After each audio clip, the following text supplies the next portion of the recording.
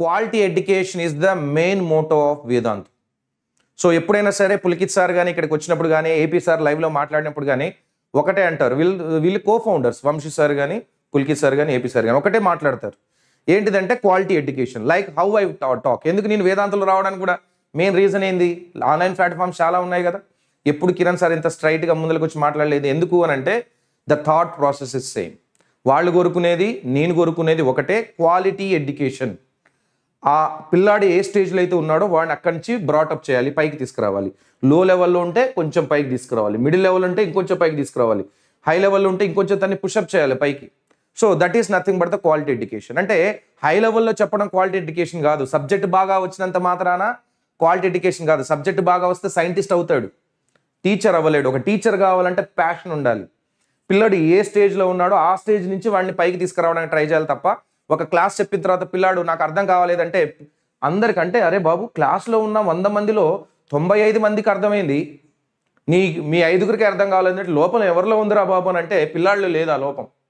నువ్వు ఆ పిల్లాడికి అర్థమయ్యే విధంగా కూడా చెప్పాలి. ఎందుకంటే వాడు కొద్దిగా యావరేజ్గా ఉన్నాడు, మిగతా పిల్లలు సూపర్గా ఉండొచ్చు. సో చెప్పేటప్పుడు కూడా ప్రతి ఒక్కరిని దృష్టిలో పెట్టుకొని చెప్తేనే పర్ఫెక్ట్ లెక్చరర్ అవుతాడు. అంతే తప్ప హై లెవెల్లో ఉన్నవాడిని దృష్టిలో పెట్టుకొని చెప్తే, మిడిల్ లెవెల్లో ఉన్నవాడిని దృష్టిలో పెట్టుకొని చెప్తే, లేదా ఓన్లీ లో లెవెల్లో ఉన్న దృష్టిలో పెట్టుకొని చెప్తే అందరికి న్యాయం చేయగలుగుతావా? చేయలేవు. సో అలాంటి ఒక క్వాలిటీ, దాన్నే క్వాలిటీ ఎడ్యుకేషన్ అంటారు. సో నేను క్లాసెస్ని స్టార్టింగ్ నుంచి చెప్పినప్పుడు అన్ని రకాల విద్యార్థుల్ని మైండ్లో పెట్టుకొని చెప్పడం జరిగింది. సో క్వాలిటీ ఎడ్యుకేషన్ అంటే దాన్ని అంటాడు. వాడికి అందాలి ఎడ్యుకేషన్, బట్ లోయర్ లెవెల్ ఉన్నవాడిని కూడా అర్థమయ్యేటట్టుగా పైకి తీసుకెళ్ళాలి. సో అదే ధ్యేయంగా వేదాంతం అనేది నడుస్తుంది. సక్సెస్కి కారణం కూడా అదే. ఎందుకంటే ఆన్లైన్లో చెప్పుకుంటా కూడా సక్సెస్ అవుతుంది అని అంటే just because of the quality education. Right. Vedantu learning centres ఇప్పుడు అసలు మనకి ఎక్కడెక్కడ ఉన్నాయంటే బాబు, భారతదేశంలో ప్రతి స్టేట్లో కూడా వేదాంతు లెర్నింగ్ సెంటర్స్ ఉన్నాయి. సో ఫర్ ఎగ్జాంపుల్ మనం మాట్లాడుకుంటే హైయెస్ట్ పర్సనల్ అటెన్షన్ అని చెప్పాను. అంటే సార్ మామూలు కాలేజెస్లో మీకు తెలుసు, మామూలు కాలేజెస్ అంటే చాలా కాలేజెస్ ఉన్నాయి, వాటి పేర్లు మనం చెప్పాల్సిన అవసరం లేదు. కాలేజెస్ అన్నిట్లో కూడా నేను చూసినంత వరకు, నేను చదువుకున్న కాలేజ్లో కూడా, నేను చదువుకున్నప్పుడు కూడా మా స్కూల్లోనే చెప్తున్నా, స్కూల్లో మేము 125 మెంబర్స్ ఉండేటోళ్ళం.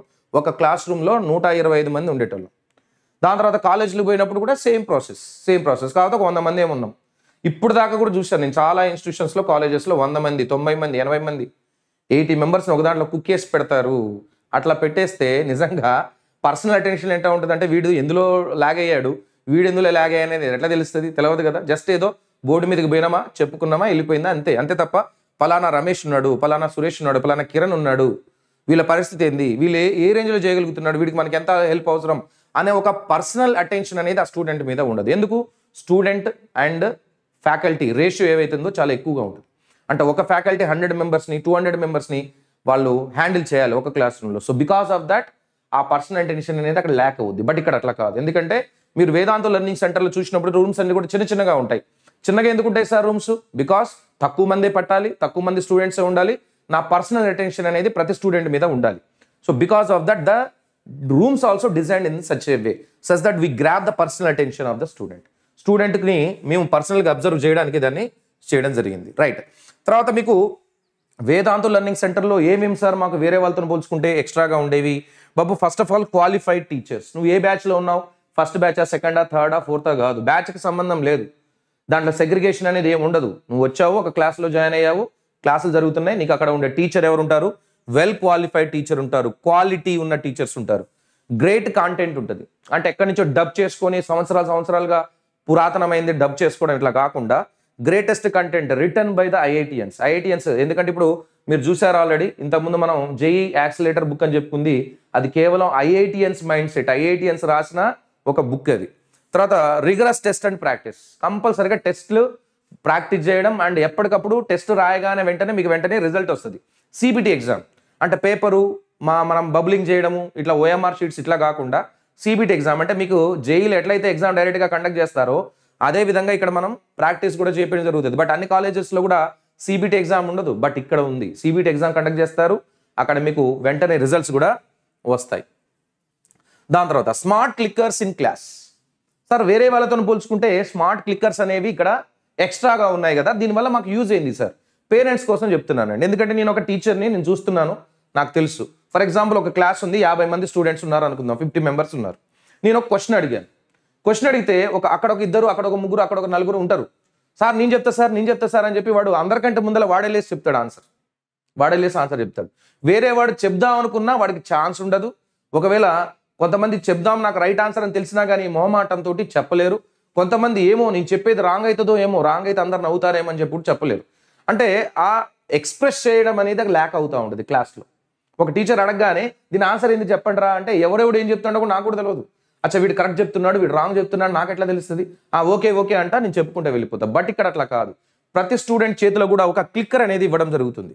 సో ఈ క్లిక్కర్స్ వల్ల యూజ్ ఏముంది సార్ అంటే, బాబు ఒక క్వశ్చన్ నేను బోర్డు మీద అడిగాను, అడిగితే పిల్లాడికి ABCD ఆప్షన్స్ ఇచ్చాను, ఇవ్వగానే తనకి ABCDE ఆప్షన్స్లో ఏ ఆప్షన్ అయితే కరెక్ట్ అనిపించిందో దాన్ని క్లిక్ చేస్తాడు. దానిపైన క్లిక్ చేస్తే వెంటనే తన పేరు మీద, తన క్లిక్కర్ పైన తన నేమే ఉంటుంది, మా బోర్డు మీద అదంతా కనపడతా ఉంటుంది అనమాట. అంటే ఏ పిల్లగాడు ఎన్ని సెకండ్స్లలో ఆన్సర్ చేశాడు, కరెక్ట్ చేశాడా, రాంగ్ చేశాడా, ఎన్ని కరెక్ట్ అయినాయి, ఎన్ని రాంగ్ అయినాయి అని ఓవరాల్గా ఆ క్లాస్ మొత్తంలో నేను ఒక 10 క్వశ్చన్స్ అడిగాను అనుకోండి, 10 క్వశ్చన్స్ పిల్లాడికి తెలిసిపోతాయి. 10 క్వశ్చన్స్లో నేను ఒక 6 చేశాను, లేదా నేను ఒక 7 చేశా, ఒక 4 రాంగ్ చేశా, అంతే.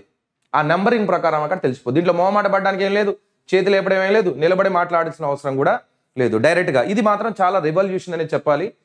నాకు బాగా నచ్చింది క్లాస్ రూమ్లో ఏంటంటే ఇది, ఎందుకంటే ఇది అందరు స్టూడెంట్స్కి యూజ్ అవుతుంది. మొహమాట పడే పిల్లగాడికి, భయంగా ఉన్న పిల్లగాడికి, ప్రతి ఒక్కరికి కూడా ఇది డేరుగా కూర్చొని చేతులు పట్టుకొని ఒక్కడమే కదా తెలిసిపోద్ది. మరి దీని యొక్క డాటా వస్తుందా సార్ అంటే, డాటా నీకు తెలుస్తుంది, టీచర్కి తెలుస్తుంది, మిగతా వాళ్ళకి తెలియదు. నీకు తెలుస్తుంది నువ్వు ఎన్ని క్వశ్చన్స్కి ఎన్ని కరెక్ట్ చేసావో, టీచర్ తెలుస్తుంది, మిగతా వాళ్ళకు తెలియదు. సో ఇది ఒక మంచి రెవల్యూషన్ అని చెప్పుకోవాలి. ఇది చాలా యూస్ఫుల్ అనమాట.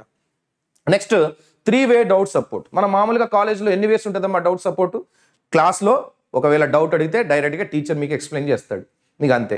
దాని తర్వాత నువ్వు ఇంటికి పోయిన తర్వాత ఏమైనా డౌట్ వచ్చింది, ఎవరు సపోర్ట్ చేయాలి? ఎవరు లేరు, ఆన్లైన్లో చెక్ చేసుకోవాలి, లేకపోతే తర్వాత రోజు టీచర్ దగ్గరికి మళ్ళీ వెళ్ళేదాకా వెయిట్ చేయాలి, అవునా కాదా? బట్ ఇక్కడ అట్లా కాదు. ఇక్కడ ఏంది సార్ అంటే మనకు 3 విధాలుగా మీ డౌట్స్ని క్లారిఫై చేస్తారు. నెంబర్ 1 ఒకటి ఏంటంటే ఓల్డ్ మెథడ్. ఏంది సార్? క్లాస్లోనే మీ డౌట్ని సాల్వ్ చేయడం. నీకు అప్పుడే డౌట్ వచ్చింది, అడిగినావు సార్ని, సార్ అవైలబుల్గా ఉన్నాడు చెప్పేశాడు. లేదు, సెకండ్ ఏంటంటే నువ్వు సార్ క్లాస్ అయిపోయింది వెళ్ళిపోయాడు, సార్ బయటికి వెళ్ళిపోయాడు, ఆయన వేరే క్లాస్కి వెళ్ళిపోయాడు. ఇప్పుడు నీకు డౌట్ వచ్చింది, నీకు స్టడీ ఎవరో సంథింగ్ ఏదో ఉంది నీకు, లేదా కాలేజ్ అయిపోయిన తర్వాత ఒక 5 o'clock అయిపోతే నీకు డౌట్ ఉంది, తర్వాత క్లారిఫై చేసుకుందాం అని అనుకుంటున్నావు. సపరేట్గా దానికోసం ఫ్యాకల్టీని పెడతారు. అంటే నువ్వు ఒకవేళ డౌట్ వచ్చింది నాకు మ్యాథ్స్లో అనుకుంటే, నువ్వు వెళ్ళి మ్యాథ్స్ మెంటర్ ఎవరైతే ఉంటారో ఆయన దగ్గరికి వెళ్ళి అడగొచ్చు. 3 కూర్చుంటారు, మ్యాథ్స్, ఫిజిక్స్, కెమిస్ట్రీ కూర్చొని ఉంటారు, వాళ్ళని వెళ్ళి అడగొచ్చు. అది out side the class out side వెళ్ళి లెక్చరర్స్ దగ్గరికి వెళ్ళి కనుక్కోవచ్చు. థర్డ్ ఏంటి అంటే, బాబు సార్ నేను ఇంటికి పోయాను సార్, ఇంటికి పోయిన తర్వాత నాకు ఎట్లా సార్ అంటే, మాకు తెలుసు సార్ చాలా ఉన్నాయి, యాప్లలో స్క్రీన్ షాట్ తీస్తాము, టక్కున దానికి సొల్యూషన్ వస్తుంది సార్. అట్లా కాదు. డౌట్ యాప్ అంటే ఏంటంటే బాబు, మనం ఇక్కడ 800 కంటే పైన టీచర్స్ని హైర్ చేసుకున్నాం డౌట్స్ని క్లారిఫై చేయడానికి.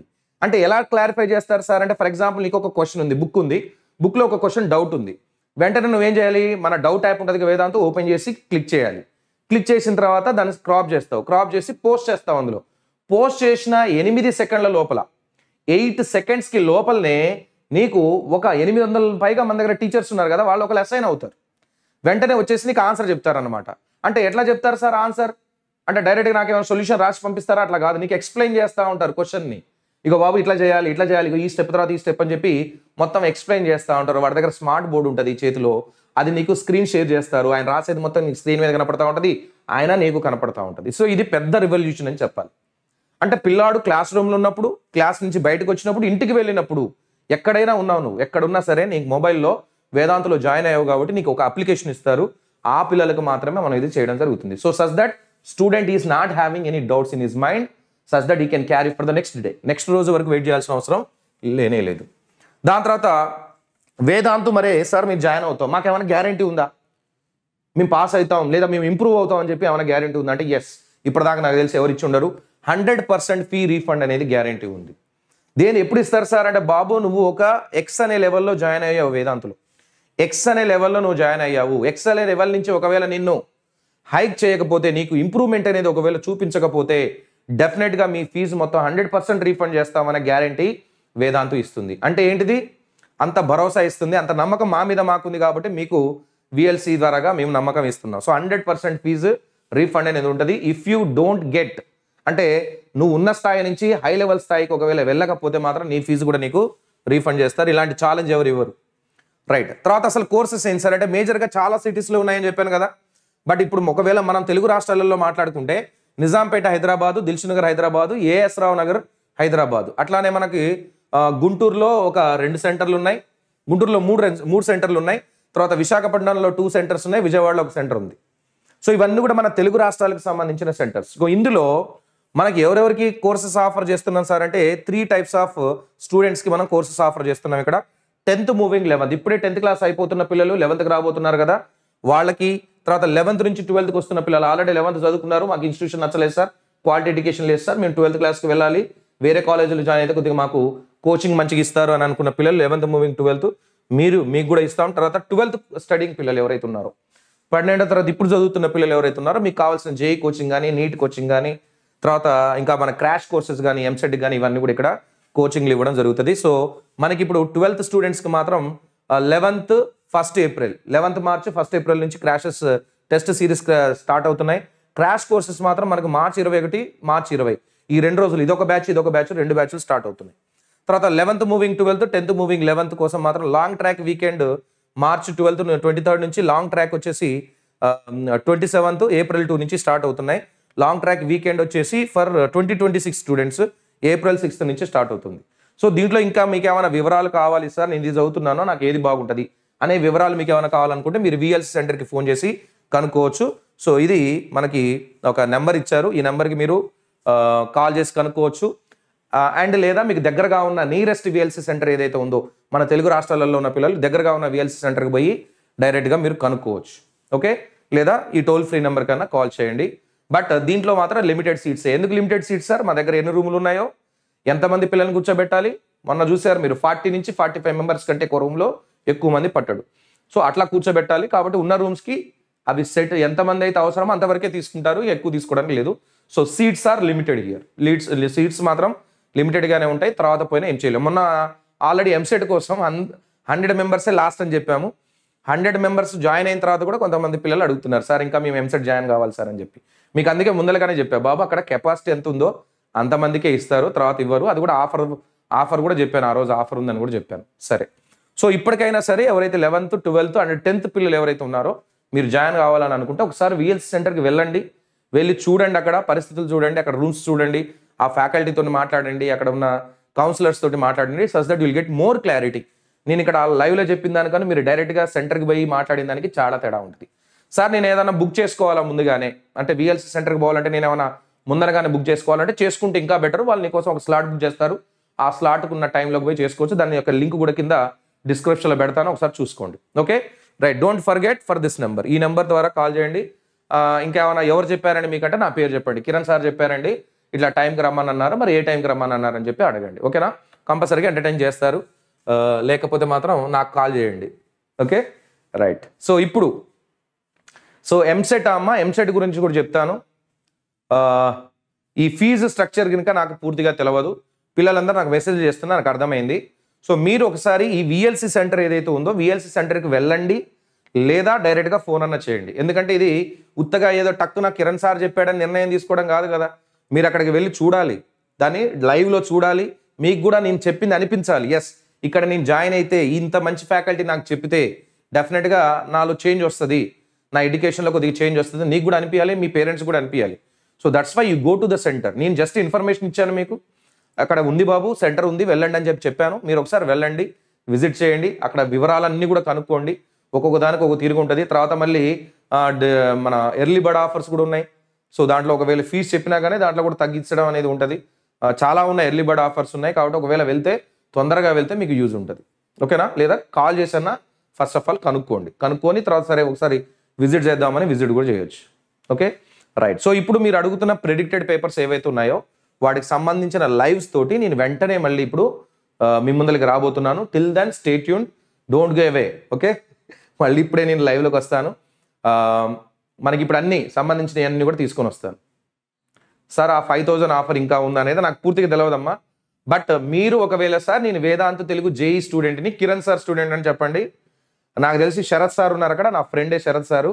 నాకు తెలిసి ఆ 4999 అండ్ 999 అనేది మీకు ఇస్తాడనే నేను అనుకుంటున్నాను. నా పేరు చెప్తే ఇచ్చే ఛాన్స్ ఉంది, చెప్పండి ఇట్లా కిరణ్ సార్ స్టూడెంట్ అండి, ఆ రోజు వచ్చాను నేను, బట్ ఆ రోజు నాకు కుదరలేదు అని చెప్పి అడగండి. అడిగితే కంపల్సరీగా మీకు ఇచ్చే ఛాన్స్ ఉంది. ఒకవేళ ఇవ్వలేదని అంటే మాత్రం కిరణ్ సార్కి ఫోన్ చేయమన్నారు సార్ మీకు అని శరత్ సార్కి చెప్పండి.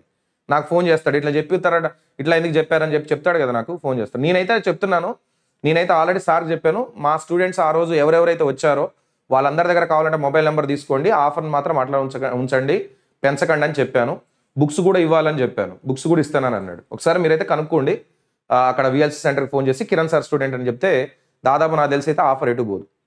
Okay right. ఖమ్మంలో పెట్టాలా? ఖమ్మంలో చూస్తామమ్మా. ఫస్ట్ ఆఫ్ ఆల్ హైదరాబాద్లో 2 సెంటర్లు ఉన్నాయి. నిజాంపేట సెంటర్ ఉంది, ఏఎస్ రావు నగర్ ఉంది, తర్వాత 3వది దిల్సు నగర్ ఉంది. 3 ఉన్నాయి. మనకి గుంటూరులో 3 ఉన్నాయి, వైజాగ్లో 2 ఉన్నాయి, అండ్ విజయవాడలో 1 ఉంది. దాని తర్వాత చిన్నగా ఈ సంవత్సరమే విఎల్సి వాళ్ళు పెడుతున్నారు. సో మేమేందో ప్రూవ్ చేసుకుందామని చెప్పి వేదాంత ముందరకు వస్తుంది. వన్స్ అది సక్సెస్ అయితే దాదాపుగా మొత్తం సిటీలలో స్ప్రెడ్ అవుతుంది. Definitely I will be also one of the part of that. కంపల్సరీగా నేను కూడా అందులో కూడా ఒక పార్ట్గా ఉంటాను. సో నాకు తెలిసి మీరందరూ కూడా ఒకసారి ఫోన్ చేసి కనుక్కోండి, అండ్ సెంటర్ నియర్గా ఉంటే ఒకసారి వెళ్ళి మాట్లాడండి, అప్పుడు మీకు పూర్తి క్లారిటీ వస్తుంది. సో వెంటనే నేను మిగతా లైవ్లోకి వస్తున్నాను. That's all now for bye everyone. Thank you all. Please like the video, share the video with your friends. Please subscribe the channel. Thank you. Bye.